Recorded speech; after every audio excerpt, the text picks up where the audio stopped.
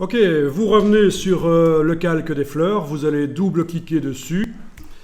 Vous êtes dans les styles de calque, vous avez le curseur d'écrêtage ici. Quand vous déplacez le curseur là vers la gauche, vous voyez normalement apparaître votre fond rose. Vous voyez mieux en fait ce que vous allez faire. Bien. Alors, souvenez-vous qu'on avait été voir dans la palette des couches, dans quelle couche les fleurs se détachaient le mieux de son fond et on avait repéré que c'était dans la couche bleue. Donc, pour que ça marche vraiment bien, plutôt que de le faire sur gris, qui veut dire que je prends en compte les trois couches rouge, vert, bleu en fait, je vais laisser le curseur ici à 255 et je vais descendre sur la couche bleue qui va me servir de couche de référence pour rendre les fleurs transparentes, le fond des fleurs transparent. Donc vous allez faire comparaison sur bleu. Vous prenez ici le curseur, vous l'amenez vers la gauche et vous arrivez à rendre le fond transparent. Alors, vous voyez qu'on a un petit problème, c'est que les fleurs ici, je le savais depuis le départ et c'est ça qui est intéressant, c'est que le blanc des fleurs ici, c'est la couleur du papier que je suis en train de supprimer.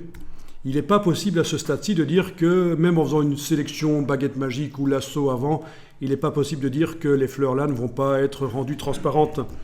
L'écrêtage se met sur tout le calque. L'écrêtage se met sur tout le calque. Ok, une fois que vous avez vu ça, faites OK. Et vous voyez une petite icône qui apparaît ici qui vous indique qu'il y a eu de l'écrêtage par luminosité. Il y a eu un travail sur l'écrêtage. Ça n'a pas toujours été comme ça. C'est récent dans Photoshop qui vous met une petite icône pour vous indiquer que vous avez fait de l'écrêtage. C'est du non destructif. Vous pouvez revenir autant de fois que vous voulez là-dedans, bouger les curseurs comme vous voulez. Ça ne détruit pas des pixels. On va redouble-cliquer sur le calque ici à droite du nom. Et parfois, quand vous avez fermé l'image dans Photoshop et que vous l'avez réouverte, voilà ce qui va arriver. Vous allez arriver sur le gris. Et vous allez vous dire, mais tiens, ça m'indique qu'il y a de l'écrêtage de luminosité. Clairement, je vois qu'il y en a. Et pourtant, les curseurs sont en place. Il faudra aller voir sur chacune des couches, rouge, vert, bleu, où est l'écrêtage. Ça, c'est le piège parfois. Surtout dans les anciennes versions de Photoshop, je pense. Il faudrait tester pour voir ce que ça fait quand on ferme l'image et qu'on la réouvre. Là, il vous avait amené directement sur la couche bleue, mais on venait de la modifier. Ok. Alors, vous mettez la boîte ici sur le côté, vous allez zoomer. Alt roulette, ça marche la roulette. Je vous ai dit d'amener des souris sérieuses à vous.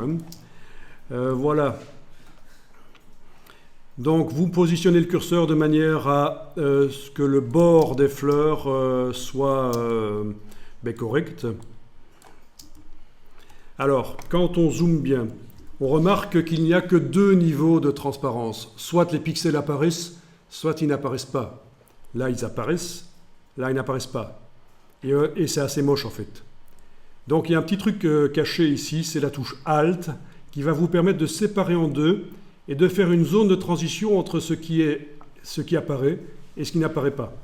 Et comme ça, vous allez pouvoir travailler un peu le bord. L'idée, c'est de récupérer un peu le flou qu'on avait. Ah tiens, quand je zoome, j'ai un quadrillage qui apparaît. Ça, c'est quand on fait du web. Le quadrillage peut aider à voir les pixels distinctement. On va l'enlever de l'affichage. Alors, affichage, afficher grille des pixels, vous pouvez y aller aussi, affichage, afficher, grille des pixels, comme ça vous ne voyez plus cette grille de pixels qui sert vraiment quand on fait du web, du travail pixel par pixel, mais là, pour du photomontage, on n'en a pas besoin. Bon, est-ce que vous remarquez que vous avez de la transparence maintenant, dès que vous avez fait ça? Et les deux curseurs, vous pouvez les bouger et tester visuellement ce que ça donne. Évidemment, si vous les rapprochez à un certain moment, ils se collent ensemble et on est revenu avec le problème de tout à l'heure, seulement deux niveaux de transparence, soit visible, soit invisible. Mais avec la touche Alt, je sépare en deux et voilà. Ça, c'est vraiment génial dans certains cas pour arriver à sortir de son décor quelque chose. Mais dans ce cas-ci, toutes les parties blanches du dessin ont la couleur du papier, donc il va falloir faire un petit boulot pour récupérer ça. Extrêmement intéressant quand vous voulez faire des bouquins qui montrent des aquarelles. Moi, dans les années 90, je me suis occupé de retravailler des images d'aquarelles. Et bien, ça marche super bien, ça, parce que sur le bord des aquarelles, c'est un peu flou. Parfois, on met de l'eau, ça va vers la couleur du papier. Vous arriverez à mettre l'aquarelle sur un fond bien blanc dans le bouquin, sans qu'on voit la couleur du papier. Et ça peut aider pour les dessins au layout aussi. Les marqueurs layout où on fait des projets de publicité. C'est extraordinaire, cette technique de l'écrêtage. Bon, vous cliquez sur OK. Vous allez enregistrer l'image à nouveau.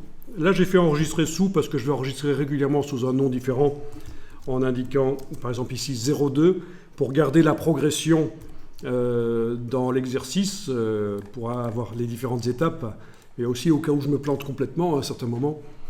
Si j'enregistre chaque fois sous le même nom, ça sera foutu, quoi. Là, au moins, j'aurai la version d'avant qui me permettra de revenir en arrière, de la récupérer.